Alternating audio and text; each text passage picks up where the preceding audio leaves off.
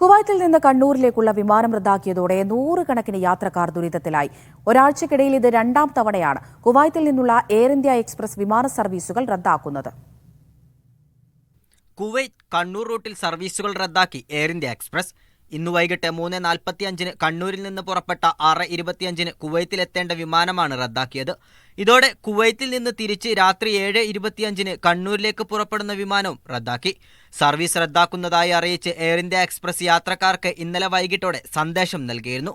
യാത്രക്കാർക്ക് ടിക്കറ്റ് റീഫണ്ടോ അല്ലെങ്കിൽ seat ലഭ്യതക്കനുസരിച്ച് schedule മാറ്റി നൽകാമെന്നും അറിയിച്ചിട്ടുണ്ട്. എന്നാൽ വേനൽ അവധിയായതിനാൽ എയർ ഇന്ത്യ വിമാനങ്ങളിൽ സീറ്റ് ലഭ്യമല്ലാത്ത അവസ്ഥയാണുള്ളത്.